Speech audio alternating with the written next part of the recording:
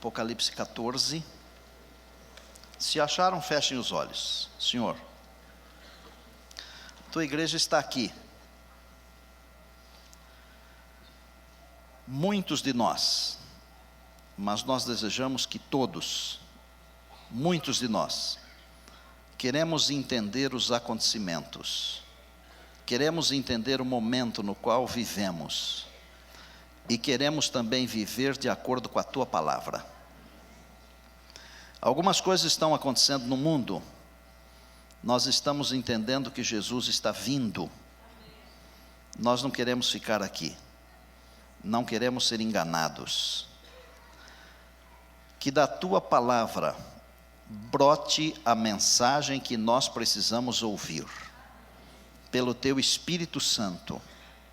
Uma bênção para todos os que nos acompanham, e tantas outras pessoas que gostariam de estar aqui conosco, de nos acompanhar. Pastor Gustavo, a professora Vera e tantas outras pessoas. Eu peço humildemente que nesta hora o Senhor esteja também com estas pessoas. Que o teu livro nos fale ao coração em Jesus, amém. Vamos ler capítulo 14 de Apocalipse, versos 6 e depois os subsequentes. Vi outro anjo voando pelo meio do céu, tendo um evangelho eterno para pregar aos que se assentam sobre a terra, para pregar a cada nação, tribo e língua e povo. E dizia com voz potente, dizendo em grande voz: temei a Deus e dai-lhe glória, pois é chegada a hora do seu juízo. E adorai aquele que fez o céu e a terra e o mar e as fontes das águas. 8. Seguiu-se outro anjo, o segundo, dizendo: caiu a grande Babilônia, que tem dado a beber a todas as nações do vinho da fúria da sua prostituição. 9. Seguiu-se a este um outro anjo, o terceiro, dizendo em grande voz: se alguém adora a besta e a sua imagem, e recebe a sua marca na fronte ou sobre a mão, também esse beberá do vinho da cólera de Deus, preparado sem mistura, do cálice da sua ira, e será atormentado com fogo e enxofre, diante dos santos anjos e na presença do Cordeiro. O restante diz: a fumaça do seu tormento sobe pelos séculos dos séculos. Não tem descanso algum, nem de dia nem de noite, os adoradores da besta e da sua imagem, a quem quer que receba a marca do seu nome. 12. Aqui está a perseverança dos santos, os que guardam os mandamentos de Deus e a fé em Jesus. Algumas versões dizem a fé de Jesus. A palavra, expressão anjo, aparece na Bíblia algumas poucas centenas de vezes, entre 3 e 4 centenas. Há algumas coisas impressionantes sobre os anjos. A palavra arcanjo, se referindo a Miguel, se referindo a Cristo, aparece em Judas 9 e em 1 Tessalonicenses 4,16. Em Judas 9, no momento da ressurreição do corpo de Moisés. E em 1 Tessalonicenses 4,16, por ocasião da segunda vinda. Embora a expressão arcanjo signifique o principal dos anjos, ela é uma referência para o Senhor Jesus, porque o Senhor Jesus também é chamado de anjo. Em Daniel, no capítulo 9, há um momento quando um anjo de Deus sai por ordem de Deus do trono do santuário de Deus para atender e responder à oração de Daniel. A oração de Daniel deve ter durado em torno de uns 3 minutos. E o anjo dá a informação de que ele saiu de lá na hora em que Daniel começou a fazer a oração. Olha a velocidade do anjo. Não é a velocidade da luz, de aproximadamente 300 mil quilômetros por segundo. É muito mais do que isso. Nós ficamos impressionados quando vemos um avião supersônico, que ultrapassando a barreira de um pouco mais do que 1.200 quilômetros por hora, ele quebra o cordel da barreira do som. Agora pensem comigo, a nebulosa de Órion está muito longe daqui, muito longe, muito longe. Mas o trono de Deus está além, além. Se fosse da nebulosa até aqui, um anjo para fazer em 3 minutos teria que andar várias vezes a velocidade da luz. Anjos, anjos de Deus. Ezequiel diz que eles são como relâmpagos. E o relâmpago você sabe, você vê. E quando você vê o relâmpago é bom, porque alguns não conseguem vê-lo, como aconteceu com aquela moça lá na praia, no litoral aqui de São Paulo. Eles são miríades de miríades, uma quantidade enorme, segundo Daniel 7:10 e Apocalipse 5:11. Não dá para contar. Algumas pessoas gastam tempo tentando entender aquilo que a Bíblia não quer que seja entendido, discutindo inclusive o sexo dos anjos, quando Deus nunca falou uma vírgula, uma letra, uma palavra sobre esse assunto. Mas algumas coisas Deus nos revelou. Colossenses 1:16 e Romanos 8:38 fala de tronos, de principados, de domínios, de potestades. Algumas coisas que nós nem sabemos muito bem o que significam. Deus tem a sua hierarquia, o seu programa de trabalho, porque Deus é ordem, é organizado. E quando a Bíblia fala dessas coisas, ela fala para que a gente tenha confiança. A Bíblia separa os anjos eleitos, por exemplo. Quem são os anjos eleitos? Os anjos eleitos são aqueles que escolheram, porque eles também têm livre arbítrio. Escolheram ficar do lado de Deus quando da rebelião no céu. E os anjos rebeldes são os que escolheram ficar contra Deus. A Bíblia fala que as nações têm anjos. Pensem aqui comigo. Provavelmente o nosso país tem um anjo. A Bíblia fala de o anjo das nações. E a gente não sabe os nomes desses anjos. A Bíblia fala então do anjo rebelde, mas a Bíblia fala do anjo do Senhor. E o anjo do Senhor é uma expressão para a divindade. Quando Moisés subiu o monte, está em Êxodo 32, para conversar com Deus e pedir para Deus que perdoasse o povo por ter feito o bezerro de ouro, a despeito de terem feito o bezerro de ouro, Deus falou para Moisés assim: o meu anjo irá adiante de ti. E a palavra diz no Novo Testamento que aquela rocha que andava com eles, que aquela rocha era o Senhor Jesus, aquela rocha era Cristo. A Bíblia fala de um anjo e dá o nome para esse anjo, o anjo Gabriel, está em Lucas 1:19. Gabriel é aquele que assiste na presença de Deus. Alguns nos informam que Gabriel ocupou o lugar que foi deixado por Lúcifer, porque Lúcifer era um desses querubins que ficavam ali cobrindo na presença de Deus, vestido de pedras preciosas. Algumas coisas que são muito valorizadas hoje aqui, Deus vai deixar a gente pisar em cima, como essas coisas que eu acabei de mencionar. A Bíblia fala do trabalho dos anjos. O que é que os anjos fazem? Qual é a atividade deles? Tem muitas coisas na palavra. Eles adoram a Deus, eles se regozijam com os feitos de Deus. A palavra diz que quando Deus criou, as estrelas cantavam, os anjos cantavam, se regozijavam por causa da criação. Eles adoram a Deus, eles se regozijam, eles servem a Deus, eles se apresentam perante Deus. Inclusive há um verso na Bíblia que diz que a gente tem que tomar muito cuidado para não desprezar nenhum dos pequeninos. Foi legal, viu, pastor Mateus, o garoto que passou aí e deu um cumprimento para você assim, né? Os pequeninos, mas não são só as crianças.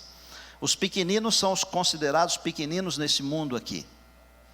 Alguns são considerados grandes, né? Outros são considerados pequeninos. A Bíblia diz que não é para desprezar nem os pequeninos, porque os seus anjos vão diariamente à face de Deus, à presença de Deus. Eles vêm à presença de Deus. Então, os anjos estão a nosso serviço. Eles são instrumentos dos julgamentos de Deus. Eles dão respostas às orações. Eles ajudam a ganhar pessoas para Cristo. Que tal? Vamos dizer aleluia? Vamos dizer louvado seja Deus? Eles olham a obra da igreja de Cristo aqui na terra. Eles velam pela obra de Cristo aqui na terra. E quando Deus diz que a sua igreja é a menina dos seus olhos, então aí que os anjos olham para nós como a menina dos olhos de Deus. E tem mais, eles nos dão encorajamento em tempos de perigo. Gente, o voo dos anjos é uma coisa sobrenatural. Quem são eles? Mantenha a sua Bíblia em Apocalipse 14, mas se você quiser deixar o indicador aí e puxar umas páginas para trás e encontrar Hebreus, capítulo 1, verso 14, se não quiser olhar, eu vou ler para você. A Bíblia diz assim: não são todos eles espíritos ministradores enviados para servir em favor dos que hão de herdar a vida eterna? Os anjos são espíritos ministradores que nos são enviados. Eles têm a missão de nos ajudarem para que alcancemos a vida eterna. É fácil alcançar a vida eterna, meninos? Não sei. De um ponto de vista, é muito difícil alcançar a vida eterna. A Bíblia diz que é mais fácil passar um camelo no fundo de uma agulha, que é um lugar estreito. É difícil. Mas para quem acredita no voo dos anjos, para quem acredita no trabalho dos anjos de Deus, é fácil alcançar a vida eterna. Sabe por quê? Os anjos nos ajudam, a fim de que conquistemos essa vida que o Senhor nos preparou. Amém? Louvado seja o nome de Deus. Eles são espíritos ministradores. Eles são superiores aos homens. Eles são maiores do que nós, mais poderosos do que nós.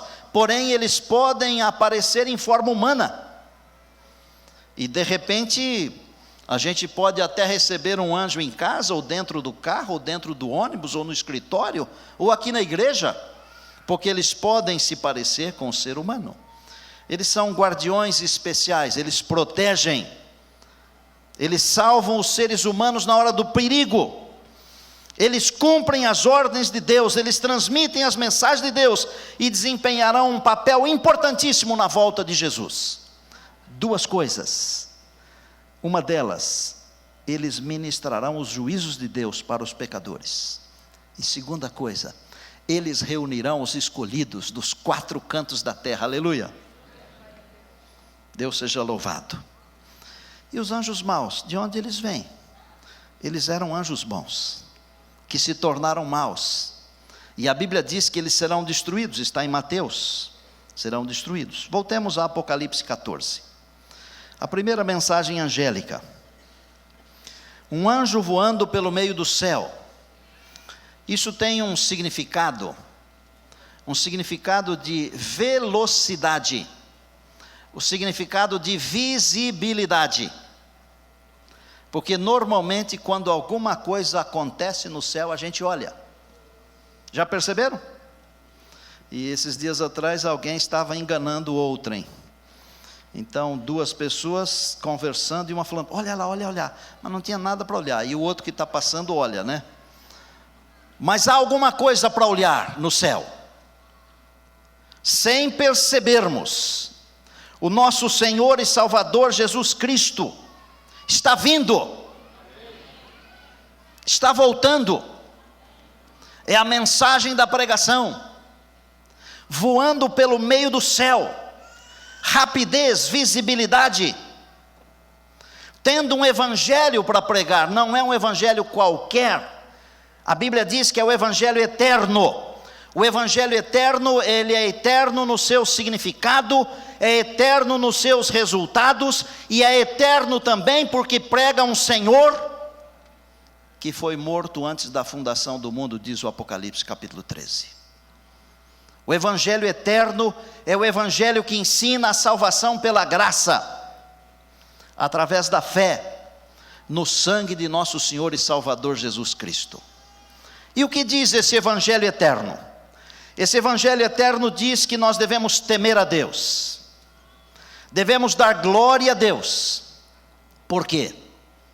Porque é a hora do juízo.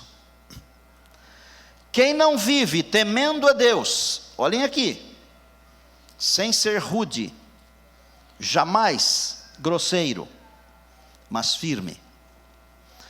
Quem não vive no temor de Deus, e quem não vive dando glória a Deus, não terá sucesso no juízo. Não terá sucesso no juízo. Quem não vive temendo a Deus, e não vive dando glória a Deus, vai ser enganado. Mas pastor, é assim? É a Bíblia que está dizendo. E se a Bíblia diz, eu não tenho vergonha, e também não tenho medo de repetir. A Bíblia está dizendo que é para temer a Deus, que é para dar glória a Deus. Amados, quem é que nós estamos temendo?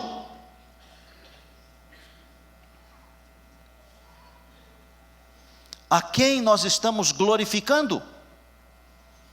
Será que não estamos glorificando a nós mesmos? Será que não estamos glorificando algum ator, alguma atriz, algum programa, algum não sei o que por aí? Não vou nem falar de coisas assim, né? Os carros, porque hoje o carro não é um bem de consumo assim, que vai e vem rapidinho, né? No passado era fantástico ter um carro. Você comprava hoje, no ano que vem vendia mais caro. Você compra hoje, agora vende por 1/4 do preço, metade do preço, quando vende bem. Mas às vezes a gente glorifica, ama mais, valoriza mais uma coisa, um ser criado, do que Deus. E a mensagem está dizendo que devemos temer a Deus e dar glória a Deus. Irmãos, nós não podemos mais ficar em casa, não. Se você quiser ficar em casa, pode ficar, mas não pode mais ficar em casa, tem que estar com o povo de Deus, porque algum pedacinho, alguma migalha acaba caindo na nossa mão, na nossa boca. Juízo. Miller começou a pregar em torno de 1831 sobre o juízo. Juízo que provavelmente tenha começado em 1844, a primeira fase de investigação, e que muito em breve termina, porque dentro de pouco tempo o Senhor vai pronunciar uma palavra lá no santuário, dizendo: está feito, acabou o juízo investigativo. Começa a segunda parte do juízo, que é para determinar a pena de cada um, e também para determinar por que um foi salvo e outro não. Vai ter tempo durante o milênio para descobrir: espera aí, mas eu não presto, eu não valho nada, e eu estou aqui? Por que eu estou aqui? Você está aqui, meu filho, porque você temeu a Deus e deu glória a Deus, amém? Mas e o fulano, por que ele não está aqui? Bom, ele não está aqui porque ele não temeu a Deus, não deu glória a Deus. Aí vai dar para analisar. Os bisbilhoteiros terão um tempo de 1000 anos para bisbilhotar a vida dos outros, viu? Então deixa para aquele tempo lá, né? Não bisbilhota a vida agora dos outros, cuida da sua. Cuida da sua vida. E eu estou tentando cuidar da minha vida. E um dia desses, uma pessoa, um obreiro daqui, me relembrou: pastor, no primeiro dia que o senhor passou aqui e pregou aqui, que foi no dia, não sei se 4 ou 5 de fevereiro de 2012, vocês devem saber mais do que eu, né? Cabeça melhor. O senhor falou que se alguém quiser ir para a eternidade é para ficar perto do senhor. E eu vou repetir: eu estou indo para a eternidade. Isso aqui não é prepotência nem orgulho, porque um pastor que não tem convicção de que está indo para a eternidade, é melhor fazer outra coisa. Quer ir para a eternidade? Fique perto de mim. Por isso eu inventei o Pentecostes 2, vem aqui, porque não é só perto de mim, é perto de Deus. Está certo, Israel? É perto de Deus. Temei a Deus, dai-lhe glória. Essa é a primeira mensagem do juízo. É o evangelho eterno. É a hora de nós nos apegarmos ao Senhor e adorarmos ao Senhor. Amados, por que que nós devemos voltar à adoração ao Criador? Nós somos criacionistas, não é porque somos adventistas, é porque a Bíblia é criacionista. E eu tenho para mim aqui, claro que isso é meio perigoso, mas eu tenho para mim aqui, que as teorias evolucionistas, elas foram ditadas por Lúcifer, por Satanás, porque é uma maneira clara de peitar o Criador. E para mim é o mesmo princípio que ele estabeleceu lá no Éden, quando ele falou assim, Deus falou que morre? Não morre não, o negócio dele é contrariar. Deus falou que você vai para a eternidade, ele chega para você e diz, você não vai, você é meu, porque você é pecador, mas graças a Deus que o sangue de Jesus Cristo nos purifica de todo o pecado. Vamos dar uma olhadinha na segunda mensagem, amados. Para fazer uma transposição da primeira para a segunda, eu vou dizer o seguinte: Deus nos disse, pela palavra, que ele, antes do último dia, ele levantaria o profeta Elias. O profeta Elias viveu no tempo de Acabe e Jezabel, no tempo dos profetas. Foi um homem de Deus, que tinha coragem. O profeta Elias também veio na representação de João Batista, que preparou o caminho do Senhor. E o profeta Elias é uma igreja que Deus tem, e eu acredito que esta igreja aqui, que tem a coragem de viver, porque às vezes a gente pensa que ter coragem é falar. Eu vou dizer para vocês, precisa ter muito mais coragem para viver do que para falar, porque é o viver que vale. Porque a minha maneira de viver fala muito alto, e fala tão alto às vezes que as pessoas não escutam o que eu falo, para pregar uma mensagem do juízo. E então a segunda mensagem, que é: caiu a grande Babilônia. O que é Babilônia? Babilônia é confusão. Babilônia, pode escrever aí, eu dou conta do que eu falo, pela graça de Deus. Babilônia é sincretismo religioso, é a mistura da Bíblia com a tradição e com os ensinamentos da própria igreja. Não sei quantos de vocês viram um vídeo que Doug Batchelor, o autor de Amazing Facts, está sendo veiculado aí na internet. É um vídeo onde alguém gravou uma mensagem do Papa Francisco. Essa mensagem foi passada num encontro de pastores carismáticos, evangélicos, pentecostais. Essa mensagem foi levada por um bispo carismático pentecostal, chamado Tony Palmer, que é amigo pessoal do Papa Francisco e segundo o próprio Papa há muitos anos. E quando a mensagem foi enviada e passou, todo o concílio ficou pasmado de ver o Papa na tela falando com eles, pedindo, sabem o quê? Paz. Em seguida, o pastor que estava cuidando do encontro, o pastor Ken Copeland, que é o maior carismático dos Estados Unidos, chamou o Tony à frente. E lembram que eu fiz aqui um selfie no sábado passado? Falou: Tony, vem aqui, traz o seu celular. E o Tony foi e trouxe o celular. E o pastor virou de costas para todos os pastores que estavam lá. E o Tony ficou ali, na frente. Falou: grava uma mensagem aí para o Papa. E mandou uma mensagem para o Papa, orando pelo Papa. A Babilônia é quando a gente consegue juntar o santo com o profano. A gente pode fazer isso dentro da própria igreja adventista do sétimo dia, quando junta o santo e o profano, quando junta as coisas desse mundo com as coisas do porvir, é Babilônia, é confusão, não dá certo. Agora, gente, olhem bem aqui para cá, olhem aí para a Bíblia. Vocês já viram a força que em poucos meses esse Papa atual ganhou ou não? Vocês já viram? Será que não seria esse aquele enviado que vai propagar a paz? Se for ele, porque a igreja adventista do sétimo dia nunca marcou data para a volta de Jesus. Aquele povo que marcou a data para a volta de Jesus em 1844, não era a igreja adventista do sétimo dia, porque a igreja adventista do sétimo dia, ela surgiu daquele movimento fracassado. Fracassado é uma palavra muito forte, porque aquele movimento foi uma bênção. Frustrado. Por quê? Obrigado. Por que frustrado? Porque eles pregaram a volta de Jesus, mas não era a volta de Jesus, era o juízo. Eles estavam corretos de que haveria um acontecimento naquela data, só não estavam corretos com o tipo do acontecimento que seria. Não estou marcando data e nem dizendo que este é o último homem, nada disso.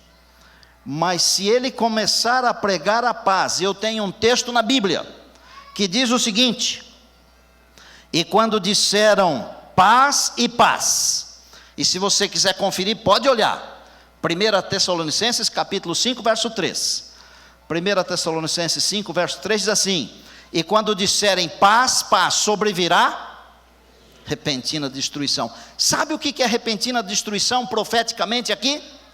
É o que aconteceu com a Babilônia literal, nos dias de Belsazar, neto de Nabucodonosor, que a Bíblia chama de filho, porque era uma característica daquele tempo. Numa noite, enquanto ele mandou trazer as coisas sagradas do templo para profaná-los, ou para profaná-las, o exército medo-persa desviou o curso do rio. Numa só noite, veio a destruição da grande Babilônia, e o rei morreu. Num só dia virá a destruição, gente. A Babilônia vai cair porque está na palavra. A minha igreja vai estar de pé, aleluia. Glória a Deus por isso. Diga: eu vou estar de pé no Senhor Jesus. Diga: eu vou estar de pé no Senhor Jesus. Só nele, gente. Não é no pastor da igreja, não é nos pastores, nem nos outros que nos ajudam aqui, são tantos, centenas, não. É no Senhor Jesus. A última mensagem, gente. Quem adorar a besta ou a sua imagem, diz o texto, receber o seu sinal na testa ou na mão, ou por razão, ou por conveniência, porque muitos de nós vivemos pela conveniência. Quer ver? Nós gostamos de ser amigos dos ricos, porque traz benefício ser amigo de rico. Quando o rico convida você para num restaurante, não vai comer no prato feito, sem falar mal do prato feito. O PF que a gente come de vez em quando, um dia dessa semana aí, e eu entrei nisso aí, por causa da correria. E um dia passei sem comer, mas deu uma dor de cabeça tremenda, né, Marinha? Você me socorreu depois à tarde. A gente gosta de ser bem tratado, de ter pessoas por perto que nos paparicam. Não é? Não é uma delícia ser paparicado? Fala a verdade. É conveniência. Muitos receberão o sinal apenas por conveniência. Outros receberão porque raciocínio, razão. Tem umas coisas que vocês não sabem. Alguns votos que são tomados por aí que vocês não sabem, e eu nem posso falar aqui em público. Há algumas coisas impressionantes que estão acontecendo. Quem receber o sinal, beberá do vinho da cólera de Deus, preparada sem mistura de misericórdia. Eu falo que Deus nos trata com graça e com misericórdia. Com a graça, Ele nos dá o que nós não merecemos, que é a vida eterna. Com a misericórdia, Ele tira o que nós merecemos, que é a morte. Morte eterna. Mas os que ficarem contra Deus, vão receber a fúria de Deus, sem mistura de misericórdia. Vocês sabem que tudo é uma questão de imitação. E quase tudo que é imitação é banal, é barato, é pernicioso, e quase tudo que é imitação é pecado. Por que eu estou falando quase tudo? Porque a gente precisa tomar muito cuidado para ser taxativo e dizer tudo que é imitação é pecado. Tá certo? Deus tem um selo, a Bíblia diz isso. Deus tem um sinal, e Ele está selando o seu povo. Os anjos estão segurando os ventos dos 4 cantos, para que os servos de Deus sejam selados na fronte, na testa. Não é um selo que dá para a outra pessoa ver, porque é o selo que Deus vê. O inimigo também inventou um selo, e vai selar todos os seus seguidores. E quem receber esse selo, vai então receber também o castigo de Deus. Por quê? Primeiro, porque rejeitou o plano da salvação de Deus, a salvação pela graça, na fé no sangue do Cordeiro de Deus, rejeitou. Segundo, porque preferiu ficar do lado do inimigo de Deus, e Miguel, o grande príncipe, vai se levantar para defender os filhos do povo de Deus. De quem? Desses adoradores, desses que receberam o sinal. Agora imaginem, algumas guerras são terríveis. Agora, guerrear contra Deus, não vale a pena. Nós temos é que receber o selo de Deus. Agora, irmãos, Paulo nos chama a atenção em Romanos 12, e ele diz assim: vocês não podem se conformar com o mundo, vocês têm que ser transformados pela renovação da mente, para vocês experimentarem a boa, perfeita, agradável vontade de Deus.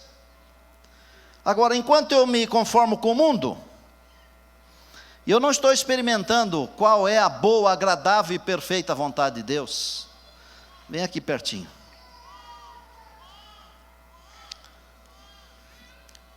Você que está ouvindo a gente aí, que está acompanhando aqui, você está conformado com esse mundo aqui?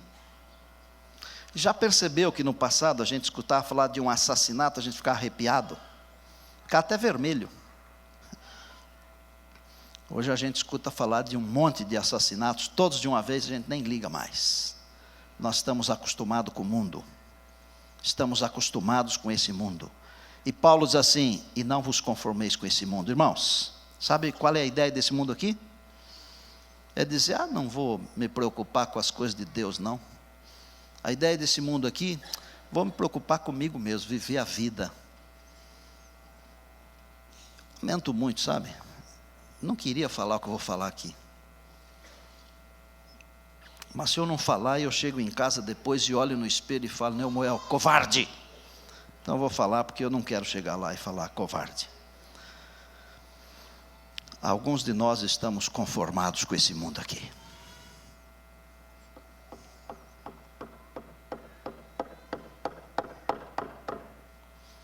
Alguns de nós estamos conformados com esse mundo aqui. E querem saber o que vai acontecer com quem se conforma com esse mundo aqui? Fica aqui.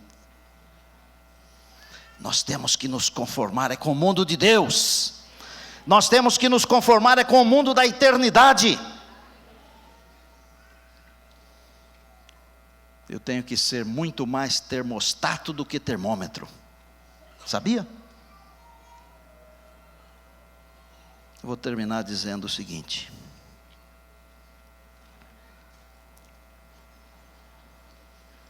o juízo de Deus é certo e final. A queda de Babilônia é certa e definitiva. E os que continuarem de costas para Deus, não subirão com Ele quando Jesus regressar. Queria fazer um desafio.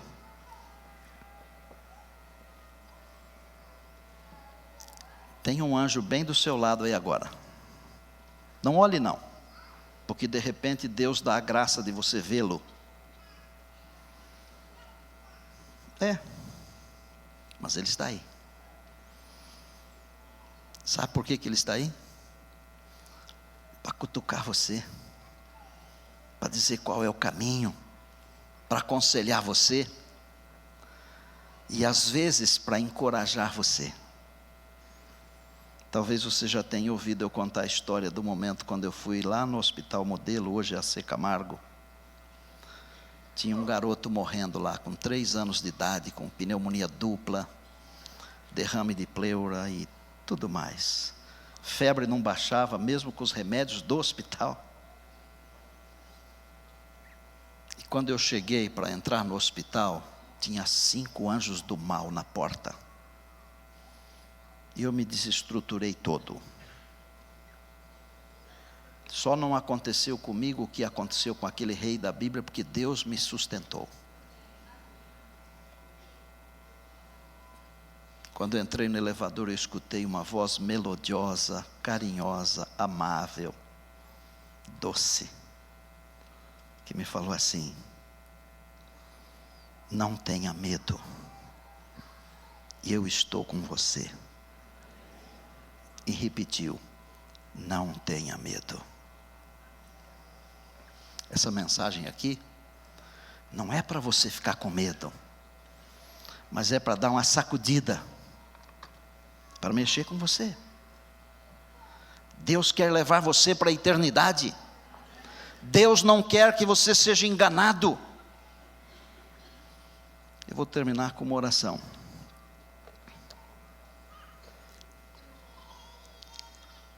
Queria fazer uma oração muito especial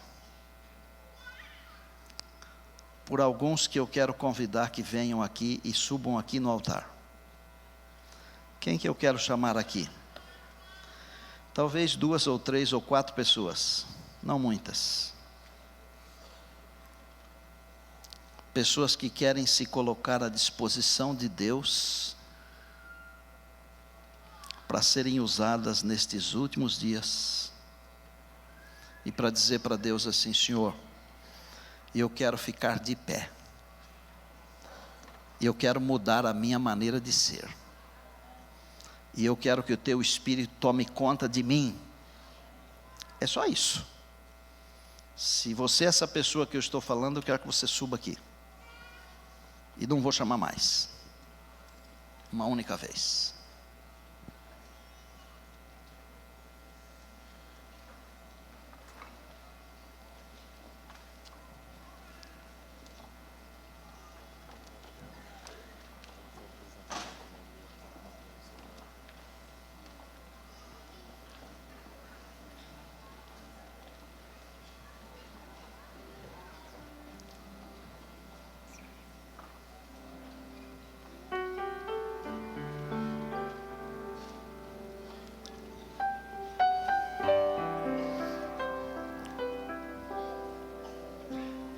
Deus está aqui.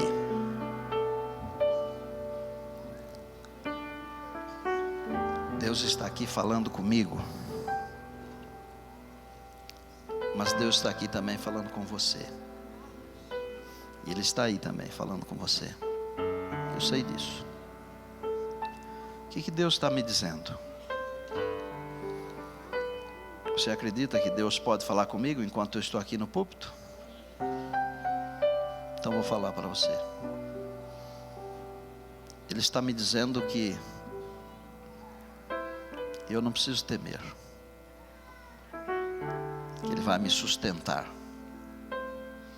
E está pedindo para eu falar isso para você também, que você não precisa temer, vai sustentar você. Não é bom demais isso? Queria descrever o sentimento do meu coração para você, mas eu não posso porque não tenho palavras. Eu sinto a presença de Deus aqui. Senhor, obrigado, meu Deus, pela Tua presença aqui. O Senhor é maravilhoso. Obrigado pelos anjos, pelo voo dos anjos com as suas mensagens poderosas, chamando-nos para uma reforma, para um reavivamento, para que não nos conformemos com esse mundo aqui, meu Deus. Agora, Senhor, faz uma gentileza, por favor, arranca do nosso DNA esse desejo pelas coisas temporais, Coloca um sangue novo em cada um de nós, e que em cada célula do nosso ser esteja escrito: pertence à eternidade.